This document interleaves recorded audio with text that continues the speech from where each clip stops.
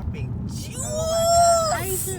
Keep going. Keep going. Please keep going. Keep going. We need that. We need this. Please. All I'm saying is women have to start loving themselves and not resenting themselves. They shouldn't, I guess, overly love men to the neglect and resentment of themselves and the disrespect of themselves when they're giving themselves up so freely and, you know what I mean, trying to be men that they don't understand of loving themselves.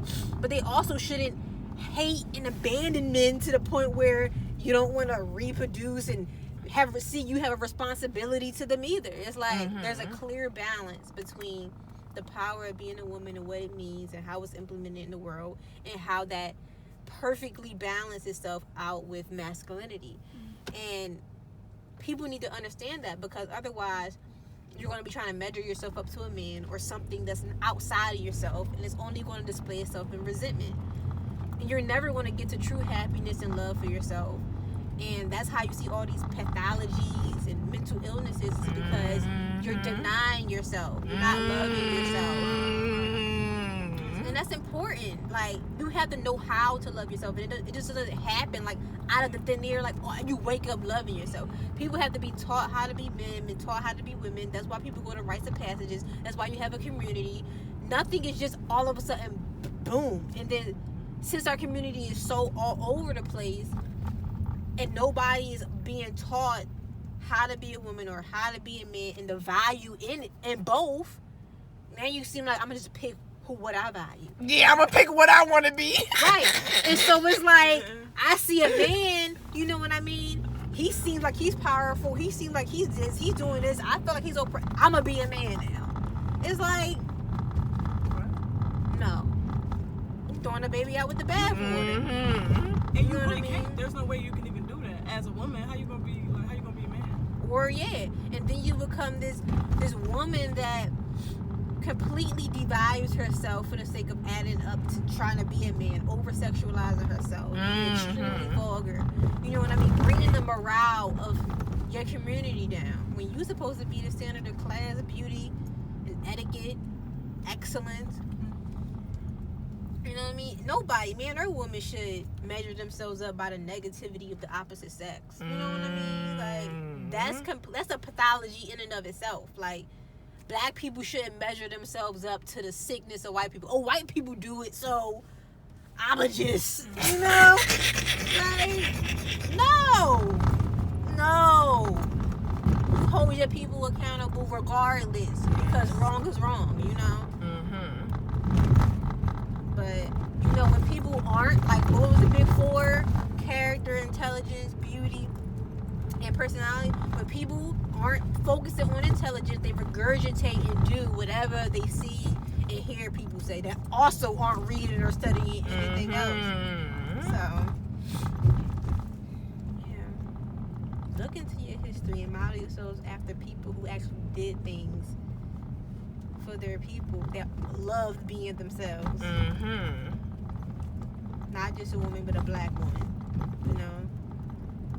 And then you can, what did people say? Put the clean glass next to the dirty glass, and then you will see which one you can drink. Oh, I never heard of that analogy before. Yeah.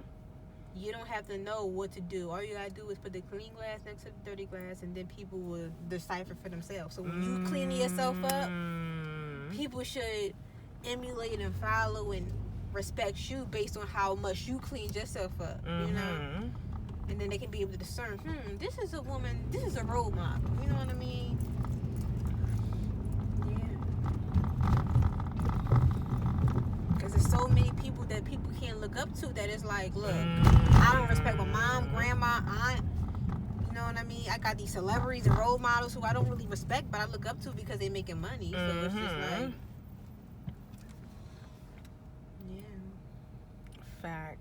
Facts.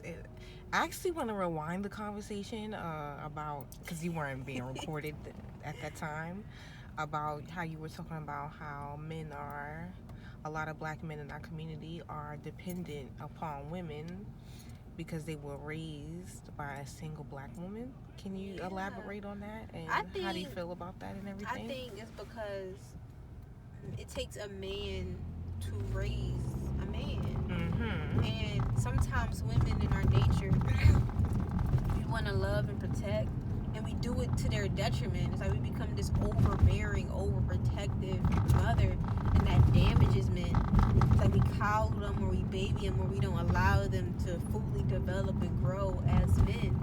And that does our community a great disservice. And since we also women grew up in single parent households, we haven't also been taught how to groom and raise a man and allow him to blossom as a man. So we got these weird way we raise our young men, and they come out in so many different ways. Either they have held the aggression in so much and it grows into this over aggressiveness in the world because they're trying to express some sense of manhood, or they become like really dependent and almost like still childlike even in their 30s, because they are still able to be a child amongst women. You know what I mean? Like they have no responsibilities or nothing they have to live up to in the household.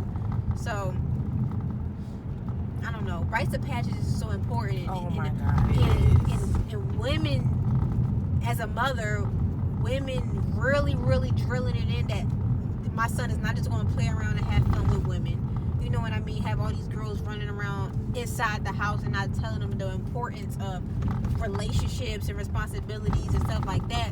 That damages them, because then I'm in my mom's house. I can run around and have sex with many different women. I can get them pregnant. I can abandon a child.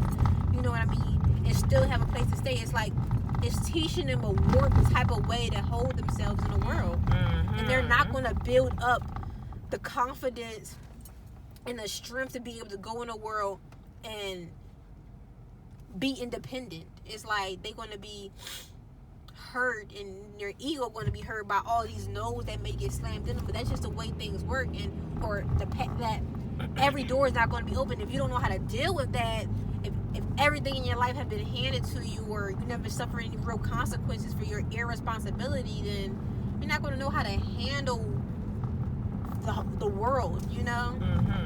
And I feel like that's what we're dealing with, you know, men that does not know how to hold responsibility because they haven't been forced to. Exactly. I agree with you. I actually want to put a little tidbit in there. It's so funny that you said like the rites of passage, because like for me, like I like, hold on, let me pause.